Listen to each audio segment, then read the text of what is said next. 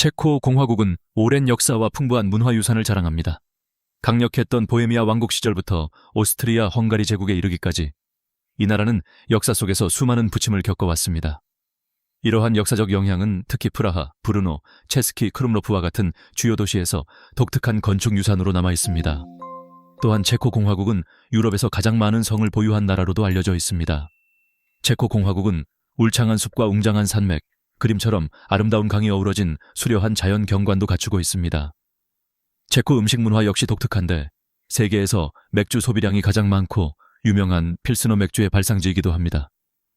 또한 여성들이 남성에게 애정 어린 채찍질을 원한다는 전통이 있으며 활기찬 나체 해변도 다수 존재합니다. 모든 것이 허용되는 나라, 체코 공화국의 가장 흥미로운 15가지를 함께 살펴보겠습니다. 여성의 콘돔 사용률은 단 2%. 특히 성노동자들 사이에서 콘돔 사용률이 매우 낮다는 점은 인간 면역 결핍 바이러스 감염 사례 증가에 대한 우려를 낳고 있습니다. 피임 기구를 공급하는 우간다 보건 마케팅 그룹에 따르면 UN 인구기금의 지원으로 120만 개의 콘돔이 60만 달러에 구매되었습니다. 그러나 우간다에서는 여성용 콘돔의 대부분이 사용되지 않고 있으며 그 이점에 대한 인식 제고가 절실히 필요합니다. 한편 올해 우간다는 남성용 콘돔이 약 1억 5천만 개 부족한 상황에 놓여 있습니다.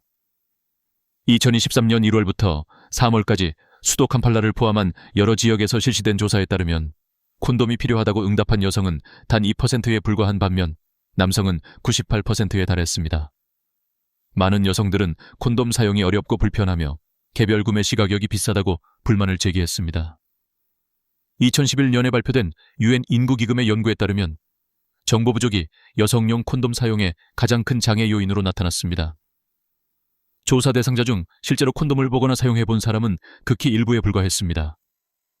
성노동자들은 시간 손실과 고객의 불만을 우려해 콘돔 사용을 꺼리는 경향이 있습니다. 통계에 따르면 우간다 성노동자의 인간 면역 결핍 바이러스 감염률은 37%이며 동성애 남성의 경우 13%에 이릅니다. 많은 나체 해변, 유럽에서는 나체주의가 특별한 일이 아니며 특히 체코 공화국에서는 더욱 그렇습니다. 이 나라는 흥미로운 나체 해변이 매우 많습니다. 먼저 프라하의 호스티바르 해변은 나체주의자를 위한 전용 구역을 갖춘 프라하에서 가장 유명한 장소입니다. 이 해변은 나체 방문객의 최대한의 편안함을 보장하기 위해 지속적으로 개선되고 새로운 서비스를 추가하고 있습니다. 옷을 입지 않아도 되는 2개의 레스토랑이 있으며 정기적으로 댄스 행사와 음악 공연도 열립니다. 또한 놀이터, 샤워 시설, 탁구대, 그리고 보드게임 대여 서비스까지 갖추고 있습니다. 또 다른 유명한 장소는 로타입니다. 이곳은 과거의 모래 채석장이 물로 채워져 면적 약 18헥타르의 호수가 되었고 소나무 숲을 따라 길이 약 500m의 나체 해변이 조성되어 있습니다. 이로 인해 나체주의자들은 사적이고 평온한 분위기를 즐길 수 있습니다. 간이 매점, 화장실, 식수 샤워시설 등 필요한 모든 서비스가 제공되며 매년 사교 행사와 각종 대회도 열립니다. 오스트라바 인근 안토쇼비체 근처에도 물이 채워진 모래 채석장이 몇 곳 있습니다. 이 가운데 한 곳은 나체 해변으로 사용되며 전기가 없는 작은 캠핑장이 함께 마련되어 있습니다. 대신 간단한 음료를 파는 가판대, 간이 화장실, 배구 코트, 러시안 볼링 시설, 모닥불 공간이 있습니다. 잔디 해변은 물로 내려가는 경사가 가파르며 이용을 위해서는 오스트라바 나체주의 협회의 추천이 필요합니다. 이 지역에서 가장 유명한 곳은 성숙한 소나무 그늘이 드리운 모래사장의 보르니 해변과 클루체크 해변입니다. 이곳에는 간식을 파는 여러 가판대가 있고 화장실과 샤워시설, 페달보트 대여, 대형 체스판, 워터슬라이드, 축구장과 각종 공놀이 시설도 마련되어 있습니다. 현지인들은 이곳을 매력적인 나체 여성들이 많은 낙원이라고 표현합니다. 이러한 나체 해변을 방문해 보고 싶으신가요? 아래에 의견을 남겨주세요. 세계에서 가장 안전한 나라, 체코 공화국은 세계에서 가장 안전한 나라 중 하나로 널리 알려져 있습니다. 엄격한 치안 시스템과 안정적인 정치 환경을 바탕으로 이 나라는 주민과 방문객 모두에게 이상적인 생활 환경을 조성해왔습니다. 낮은 범죄율과 평온한 사회 분위기는 체코 공화국을 조용하고 수준 높은 삶을 추구하는 사람들에게 매력적인 목적지로 만듭니다. 안전성뿐만 아니라 체코 공화국은 많은 외국인들이 거주하고 일하기를 원하는 나라입니다. 높은 수준의 교육, 합리적인 생활비, 그리고 친화적인 생활 환경 덕분에 이 나라는 국제 학생들에게 이상적인 목적지로 평가받고 있습니다. 또한 유럽에서 장기 정착을 원하는 사람들에게도 매력적인 선택지입니다. 이 나라는 자동차 산업, 기계 산업, 서비스업과 같은 핵심 산업을 중심으로 탄탄한 경제 구조를 갖추고 있습니다. 현대적인 치안 시스템과 효과적인 관리 덕분에 체코 공화국은 오랜 기간 경제적 안정성을 유지해왔습니다. 세계 평화지수에서도 체코 공화국은 매우 높은 순위를 차지하며 평화롭고 번영한 국가임을 보여줍니다. 중부 유럽이라는 유리한 지리적 위치와 주변 국가들과의 우호적인 관계 덕분에 체코 공화국은 장기적인 안보와 안정을 보장받고 있습니다. 유럽연합과 북대서양 조약기구의 회원국으로서 이러한 국제기구의 보호와 협력 또한 누리고 있습니다. 낮은 생활비, 이 나라는 매력적인 여행지일 뿐만 아니라 일자리와 거주를 찾는 사람들에게도 이상적인 선택지입니다. 다른 유럽 국가들에 비해 비교적 낮은 생활비 덕분에 체코 공화국은 많은 외국인 노동자들을 끌어들이고 있습니다.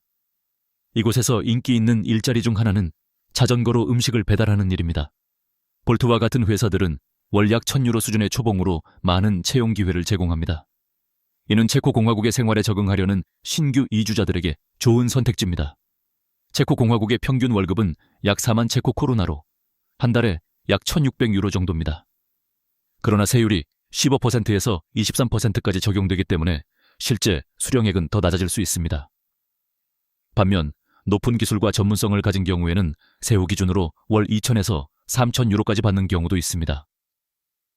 체코 공화국의 생활비, 특히 프라하와 같은 대도시에서는 개인의 생활 방식과 필요에 따라 큰 차이가 납니다. 그중 가장 큰 지출은 주거비입니다. 다른 사람들과 함께 아파트를 공유할 경우 월 임대료는 약 8,000 체코 코로나 수준이지만 개인 아파트나 더 넓은 공간을 원한다면 월 25,000 체코 코로나까지 올라갈 수 있습니다. 이러한 비용에 대해 어떻게 생각하시나요? 이곳에서 살아보고 싶으신가요? 의견을 나눠주세요. 여성이 통통할수록 더 아름답습니다. 프라하는 역사적인 건물과 낭만적인 다리, 자갈길로 이루어진 거리로 유럽에서 가장 아름다운 도시 중 하나로 알려져 있습니다. 그러나 이 고도시의 한가운데에는 논란의 중심이 되는 건축물이 서 있는데 바로 지슈코프 텔레비전 타워입니다. 독특한 디자인과 기묘한 조형물들로 인해 이 탑은 세계에서 두 번째로 못생긴 건축물로 불리기도 합니다. 이 탑은 1980년대에 건설되었으며 주변 건물들과는 전혀 다른 현대적인 건축 양식으로 단번에 눈에 띕니다. 특히 탑의 외벽 곳곳에 붙어있는 검은 금속 아이 조각상들이 이 건축물을 더욱 독특하게 만듭니다. 이 조각상들은 초현실적인 스타일과 기묘한 표정을 지니고 있어 무섭기도 하면서 동시에 우스꽝스러운 분위기를 자아냅니다. 텔레비전 타워에 붙어있는 아이 조각상들은 사실 예술가 다비드 체르니의 작품입니다. 그는 이 조각들을 통해 과거 공산 정권에 대한 반대와 사회적 메시지를 표현했습니다. 각각의 조형물에는 깊은 의미가 담겨 있어 보는 이로 하여금 생각하고 해석하게 만듭니다. 외관 디자인은 논란이 많지만 지슈코프 텔레비전 타워는 방문객들에게 매우 흥미로운 경험을 제공합니다. 높이 약 300피트가 넘는 전망대에 오르면 붉은 지붕의 건물들, 역사적인 다리들, 그리고 아름다운 불타바 강이 어우러진 프라하 정형을 한눈에 감상할 수 있습니다. 이는 거리에서 걸으며 보는 모습과는 전혀 다른 시각을 선사합니다. 체코의 마녀 화형 축제. 체코 공화국에서는 4월의 마지막 날에 마녀 화형 축제가 열립니다. 이 민속 전통은 4월 30일 밤부터 5월 1일까지 악의 세력이 가장 강해진다는 믿음에서 비롯되었습니다. 오늘날 이 축제는 하나의 대중적인 놀이문화로 자리 잡았습니다. 과거에는 이 밤에 마녀들이 빗자루를 타고 마녀들의 집회 장소로 날아간다고 믿었습니다. 사람들은 언덕 위에 불을 피우고 불붙은 빗자루를 공중으로 던져 마녀의 힘을 약화시키고 없애려 했습니다. 오늘날의 마녀 화형은 매우 축제적인 분위기입니다. 체코 전역에서 수천 개의 불길이 4월의 저녁을 밝히며 집과 낡은 옷으로 만든 마녀 인형을 태웁니다. 불길이 치솟는 가운데 사람들은 막대기에 소시지를 구워 먹고 춤을 추며 음악을 연주하고 노래를 부릅니다. 사람들은 보통 언덕에서 불을 피우고 불타는 빗자루를 하늘로 던져 마녀의 힘을 약화시키고 파괴한다고 믿습니다. 마녀를 태우는 행위는 악한 기운을 몰아내고 봄을 맞이하는 상징적인 의식으로 여겨집니다. 600년 동안 돌아가는 전설의 시계. 체코 공화국의 수도 프라하에 위치한 프라하 천문 시계는 세계에서 가장 독특한 건축적 공학적 경이 중 하나입니다. 1410년에 처음 설치된 이 시계는 단순히 시간을 알려주는 장치가 아니라 천문학과 조각예술이 조화를 이룬 정교한 예술작품입니다. 시계의 구조는 매우 복잡하며 3개의 주요 고리로 이루어져 있습니다. 가장 바깥쪽에는 검은색 바탕 위에 노란 숫자가 표시되어 있는데 이는 체코 시간으로도 불리는 보헤미아 시간 또는 이탈리아 시간 체계를 나타내며 하루가 해질녘부터 시작됩니다.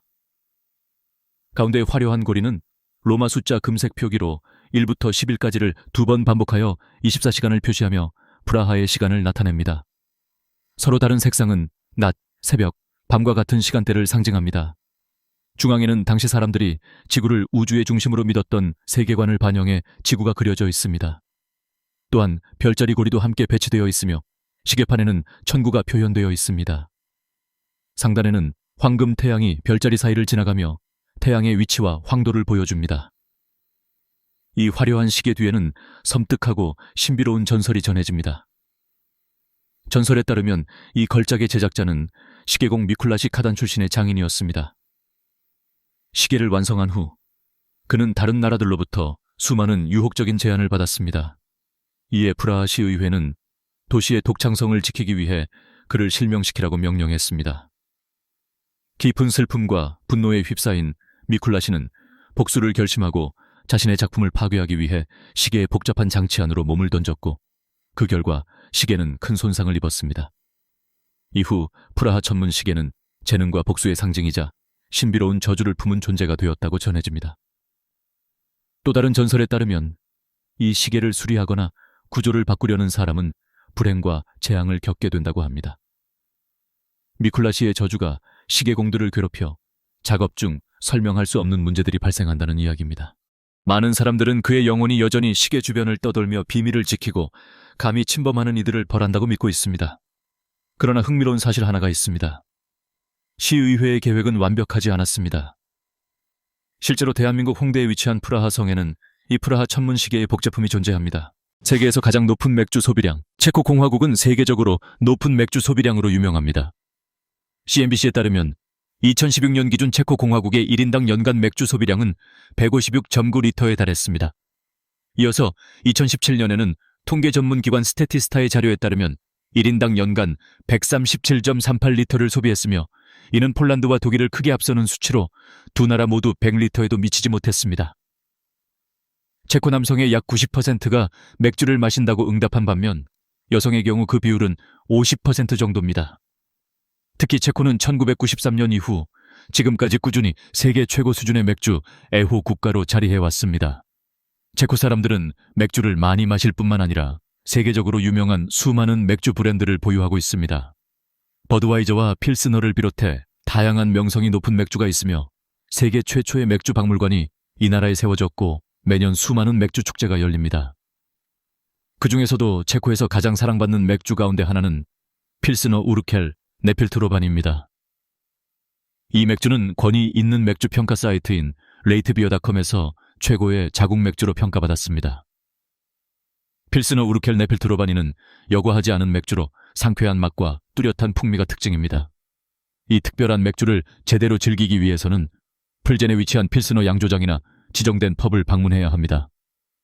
체코의 각 지역과 양조장은 저마다 고유한 레시피와 양조 방식을 가지고 있어 맥주의 맛과 색깔도 매우 다양합니다. 황금빛 라거부터 진한 흑맥주, 그리고 과일 향이 가미된 특별한 맥주까지 누구나 자신의 취향에 맞는 맥주를 찾을 수 있습니다. 체코의 펍은 현지인과 여행객이 함께 어울리는 만남의 장소입니다. 이곳에서 시원한 맥주를 즐기며 친구와 이야기를 나누고 나라 전체에 흐르는 활기찬 분위기에 흠뻑 빠질 수 있습니다. 체코 맥주를 마셔본 적이 있나요? 여러분의 생각을 아래에 공유해주세요. 그 탑에 대해서는 어떻게 생각하시나요? 정말 못생겼다고 느껴지시나요? 여러분의 인상을 들려주세요. 유럽에서 가장 많은 성, 체코 공화국은 길고 풍부한 역사를 지닌 나라로 유럽에서 가장 많은 성을 보유한 국가 중 하나입니다. 그 수는 성과 요새를 포함해 2,000개가 넘는 것으로 추정되며 나라 전역에 고르게 분포해 있습니다. 각각의 성은 저마다의 역사 이야기를 담고 있으며 건축 예술의 걸작이자 전 세계 관광객을 끌어들이는 매력적인 명소입니다. 체코에 있는 수많은 성 가운데 특히 잘 알려진 곳으로는 오를리크 성, 흘루보카 성, 그리고 카를슈테인 성이 있습니다. 고딕 양식의 고풍스러운 건축부터 웅장한 바로크 양식에 이르기까지 각 성은 독특한 아름다움을 지니고 있습니다. 호숫가에 자리한 오를리크 성, 영국풍의 화려한 외관을 자랑하는 흘루보카성, 그리고 신비로운 분위기의 카르슈테인 성은 체코 공화국을 상징하는 존재로 자리 잡았습니다. 하지만 체코의 성을 이야기할 때 프라하 성을 빼놓을 수는 없습니다. 프라하 성은 단순한 성이 아니라 여러 궁전과 교회, 정원, 골목이 어우러진 거대한 건축단지입니다. 약 7만 제곱미터에 달하는 면적으로 프라하 성은 세계에서 가장 큰 성단지로 여겨집니다. 오늘날 이곳은 체코 공화국 대통령의 공식 거처이자 나라에서 가장 인기 있는 관광 명소 중 하나입니다. 체코의 성들은 중세부터 현대에 이르기까지 이어진 역사적 부침을 생생하게 증언하는 존재입니다. 여러분은 이 성들을 직접 방문해보고 싶으신가요? 아래에 여러분의 생각을 공유해주세요. 희귀한 산악고릴라를 품은 이 나라는 세계에서 가장 깊은 동굴로 알려진 흐라니체 심연으로 유명합니다. 수도 프라하에서 약 320km 떨어진 흐라니체라는 도시에 숨겨진 이 담수 동굴은 세계에서 가장 깊은 동굴로 여겨지며 아무도 감히 탐험하지 못할 정도로 위험해 지금까지도 매우 원시적인 상태를 유지하고 있습니다. 최근 몇 년 동안 과학자들은 흐라니체 심연의 실제 깊이를 밝히기 위해 지속적으로 연구를 이어오고 있습니다. 2016년 잠수부들은 이 동굴의 깊이가 최소 404m에 달한다는 사실을 확인했습니다. 이후 2022년에는 현대 기술의 도움으로 그 수치가 450m까지 갱신되었습니다. 그럼에도 불구하고 동굴 내부의 복잡한 구조와 혹독한 환경 때문에 과학자들은 아직 정확한 최종 깊이를 밝혀내지 못하고 있습니다. 흐라니체 심연이 어떻게 형성되었는지를 두고도 과학자들 사이에서는 여전히 논쟁이 이어지고 있습니다. 일부 연구에서는 지하수가 아래에서부터 암석을 침식해 동굴이 형성되었다고 설명합니다. 반면 최근 연구들은 빗물이 지하로 새며들어 석회암을 녹이며 복잡한 통로를 만들어냈다는 가설을 지지하고 있습니다. 동굴 내부에는 복잡하게 얽힌 터널과 함께 종유석과 석순이 어우러져 환상적이면서도 신비로운 풍경을 만들어냅니다. 흐라니체 심연을 탐사하는 일은 과학자와 잠수부 모두에게 여전히 큰 도전입니다. 제한된 시야, 강한 산성을 띤 물, 낮은 산소 농도, 그리고 복잡한 지형은 탐험가들이 마주하는 주요 장애물입니다. 여기에 더해 동굴 안에 쌓인 잔해와 식생도 이동을 더욱 어렵게 만듭니다. 여러분이라면 이 동굴에 들어갈 용기가 있겠습니까? 아래 여러분의 생각을 공유해주세요. 단 것을 사랑하는 나라, 체코 공화국의 식문화는 전통적으로 다소 무거운 식단으로 설명할 수 있습니다. 고기와 감자, 전분이 주를 이루며 동물성 지방과 버터, 크림을 많이 사용하는 것이 특징입니다. 주요 고기 종류로는 돼지고기, 소고기, 가금류가 있으며 간이나 신장, 뇌와 같은 내장류도 자주 사용됩니다. 하지만 최근 들어 체코 요리는 눈에 띄게 변화하며 더욱 건강한 방향으로 나아가고 있습니다. 신선한 채소의 사용이 늘어나고 동물성 지방 대신 식물성 지방과 식용유, 마가린을 점차적으로 대체하고 있습니다. 체코 문화에서 또 하나 인상적인 점은 단 것에 대한 강한 애정입니다. 고기가 들어간 짭짤한 만두 대신 겨울을 대비해 보관한 자두나 살구로 만든 과일 만두를 농가 치즈와 갈색 버터를 입힌 빵가루와 함께 즐기는 경우가 점점 늘어나고 있습니다. 이 때문에 체코 요리에는 다양한 달콤한 제과류가 자리 잡고 있습니다. 잼이 들어간 작은 직사각형 모양의 효모 케이크인 부후티, 양귀비씨나 자두잼, 달콤한 치즈를 얹은 콜라체, 그리고 잼과 슈가 파우더를 바른 얇은 팬케이크 등이 많은 사랑을 받고 있습니다. 특별한 날의 전통적인 식단에는 보통 스비치코바가 포함됩니다. 이는 양념에 재워 구운 소고기 안심에 진한 사워크림 소스를 곁들인 요리로 대개 만두와 함께 제공됩니다. 이외에도 만두와 사워크라우트를 곁들인 오리구이, 돼지고기, 거위 요리가 있으며 크리스마스 이브에는 거의 온 국민이 전통적인 튀김 인거와 구운 칠면조를 즐깁니다. 체코 음식을 맛보고 싶으신가요? 여러분의 생각을 들려주세요. 아직 개발되지 않은 막대한 원유와 로봇이라는 단어가 처음 등장한 곳이 체코라는 사실에 놀라셨나요? 이 용어는 체코 작가 카렐 차페크가 인간이 하기 싫어하는 모든 일을 대신 수행하며 영혼이 없는 존재를 묘사하기 위해 한 희곡에서 처음 사용했습니다. 왠지 익숙하게 느껴지지 않나요? 이는 차페크의 형제 요제프가 이 단어를 유명한 희곡의 제목으로 쓰자고 제안했기 때문입니다. 그 작품이 바로 로숨의 유니버설 로봇입니다.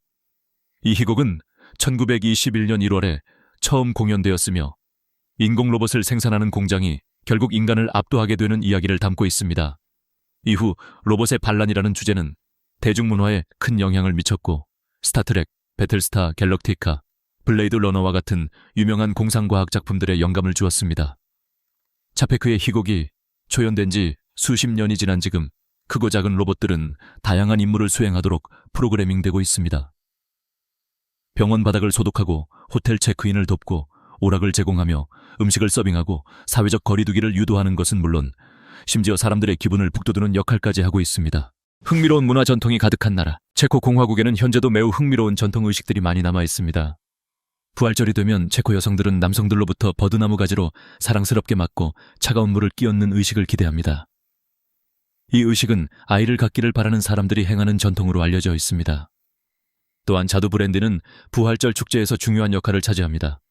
이와 더불어 체코 사람들은 음악을 깊이 사랑하며 풍부한 민요 전통을 가지고 있습니다. 실제로 음악과 음식, 그리고 맥주는 그들을 하나로 묶는 중요한 요소입니다. 체코 문화에서는 부탁하지 않았더라도 필스너 맥주 한 잔으로 친절한 환영을 받는 경우가 흔합니다. 그리고 이 환대에 대한 예의로 반드시 잔을 비워야 합니다. 누군가의 집에 초대받았다면 현관에서 신발을 벗어야 합니다. 체코 사람들은 바깥은 더럽고 안은 깨끗하다고 여기기 때문에 외부의 것을 집 안으로 들이는 것은 무례하다고 생각합니다. 걱정하지 마세요. 주인은 언제나 손님을 위해 실내 슬리퍼를 준비해둡니다. 또한 체코인과 식사를 할 때는 사업 이야기를 피하는 것이 좋습니다. 그들은 일과 개인적인 삶을 분리하는 것을 선호합니다. 자리에 앉으라는 초대를 받을 때까지 서 있어야 하며 주인이 먼저 식사를 시작하기 전에는 음식을 먹지 않는 것이 예의입니다. 5월 1일에는 불임으로 고민하는 부부를 위한 전통도 있습니다. 이날 남편은 아내와 함께 술집에 가기 전에 벚나무 아래에서 키스를 합니다. 또한 체코 사람들에게는 건배를 할 때 상대방의 눈을 똑바로 바라보는 것이 매우 중요합니다. 이러한 관습들에 대해 어떻게 생각하시나요? 댓글로 여러분의 의견을 남겨주세요. 크리스털의 왕국. 흥미로운 사실 하나는 보헤미아 지역이 오래전부터 세계적으로 크리스털의 왕궁으로 불려왔다는 점입니다. 높은 순도와 눈부신 광택을 자랑하는 보헤미아 크리스털은 반짝이는 다이아몬드에 비유되며 전 세계 유리 애호가들의 마음을 사로잡아 왔습니다. 체코 공화국의 크리스털 제작 기술은 그 자체로 독보적인 예술입니다. 보헤미아 크리스털의 차별점은 특별한 조성에 있습니다. 보헤미아 크리스털은 정제된 규소와 다량의 산화납을 혼합해 만듭니다. 이 혼합물을 고온에서 녹이면 일반 유리보다 투명도와 빛의 굴절률이 훨씬 높은 유리가 만들어집니다. 이로 인해 보헤미아 크리스털 특유의 화려하고 고급스러운 반짝임이 탄생합니다. 보헤미아 크리스털의 역사는 13세기로 거슬러 올라가며 이 시기에 보헤미아는 유럽에서 크리스털 생산의 중심지로 자리 잡았습니다. 당시의 제품들은 주로 교회와 궁전을 장식하는 데 사용되었습니다. 19세기에 이르러 보헤미아 크리스털은 세계적인 명성을 얻어 대규모로 수출되기 시작했습니다. 수세기에 걸쳐 보헤미아 장인들은 끊임없이 기술을 혁신하고 완성도를 높이며 정교하고 다양한 크리스털 걸작들을 탄생시켜 왔습니다. 체코슬로바키아에서의 분리, 이제 체코 공화국의 탄생에 대해 이야기해 보겠습니다.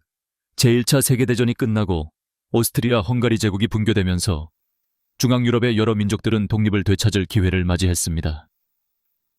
보헤미아, 모라비아, 슬로바키아 지역의 지도자들은 1918년 5월 31일에 키스부르크 협정을 체결하며 통합국가 수립의 기반을 마련했습니다.